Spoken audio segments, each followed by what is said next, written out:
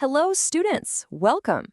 Today, we're going to talk about something really interesting and important, our country's population. Population isn't just a static number. It's a living, breathing story that's constantly changing.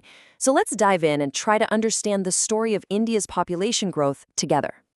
So here's our plan for today. First, we'll get our basics right and ask, what is population growth? Then we'll travel back in time to look at India's population story from 1951 all the way to 2011. After that, we'll tackle a little puzzle called the growth rate paradox. We'll also explore the reasons behind all these changes, and finally, we'll see where India stands today. Okay, so let's jump right into our first section. Before we start looking at all the numbers and charts, it's really important that we're all on the same page about what some key terms actually mean.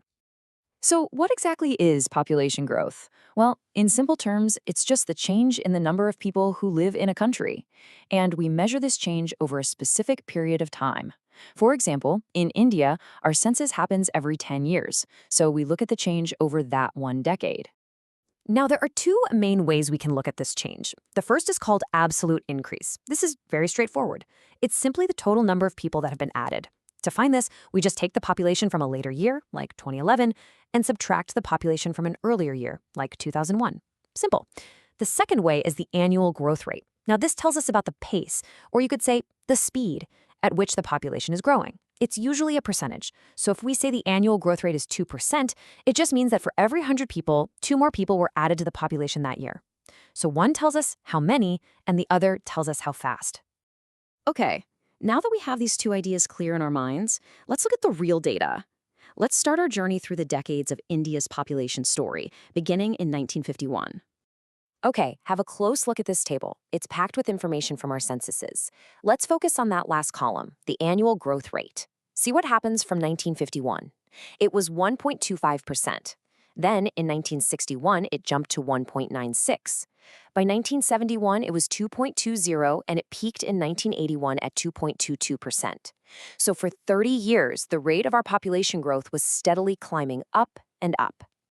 And this bar chart, wow, it really shows you the effect of that growth, doesn't it? Each bar shows the total population. Look at that first bar for 1951. We were at 361 million people. Now look at the jump to the 1981 bar. It's 683 million. The population almost doubled in just 30 years. And by 2011, look how tall that bar is. Over 1.2 billion people. That is a massive, massive increase. But here's where the story takes a turn. Let's go back to our table for a second. Look closely at that annual growth rate column again. After it peaked in 1981, something different started to happen.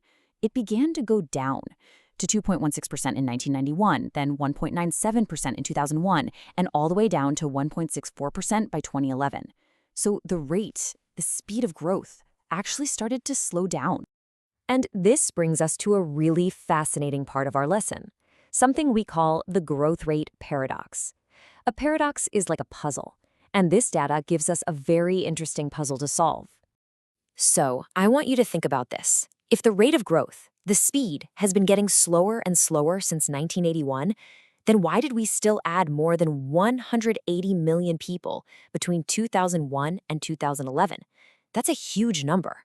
It seems a little confusing, right? How can a smaller rate still lead to such a big increase? The answer, students, is a simple but really powerful idea. It's all because of what we call the large base population. Let me explain what that means. Think of it like this. Imagine you have 100 rupees in a bank, and you get 10% interest. You get 10 rupees, right? Now, imagine your friend has 10,000 rupees in the bank, but the interest rate goes down to just 5%. Who gets more money? Your friend gets 500 rupees. Even though the percentage rate was lower, because their starting amount, their base, was so large, the absolute increase was much bigger. It's exactly the same with population. By 1981, India's population was already huge, so even a smaller percentage of growth on that enormous base number still adds a very, very large number of people each year. So I hope that makes sense now. It's a really important concept. Let's move on and try to understand the why behind these numbers. Why was growth so fast in the beginning, and why did the rate start to slow down later? So why did the population grow so fast up to 1981? Well, think of it like this. On one hand, the birth rates were very high, a lot of children were being born, but at the same time, thanks to better healthcare and medicine, the death rate started to fall very quickly. So when you have high births and low deaths, the gap between the two is huge, and that gap is what caused the population to grow so rapidly. So what started to change after 1981? Why did the rate of growth begin to slow down? Well, the birth rates also started to come down, but gradually, and this happened for many reasons. People became more aware through education and family planning programs. Government efforts, like the National Population Policy, made a big difference. And as healthcare and education improved, especially for women, families started getting smaller. This slow but steady decline in birth rates is the main reason our growth rate has been decreasing. And all of this brings us right up to the present day, to a very important milestone in our country's history.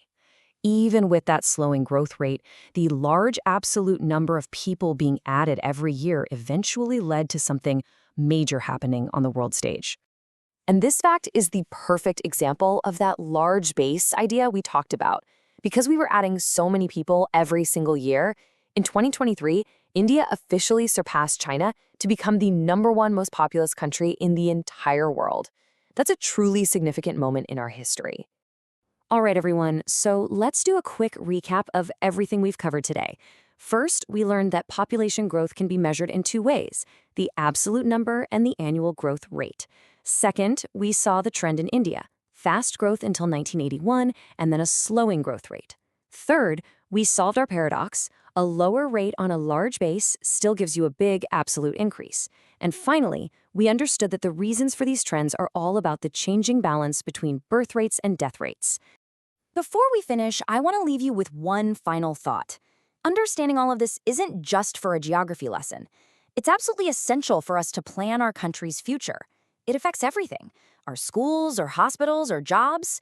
So as citizens of the world's most populous nation, what do you think are the biggest challenges ahead for India? And more importantly, what are our greatest opportunities? Think about that. Thank you.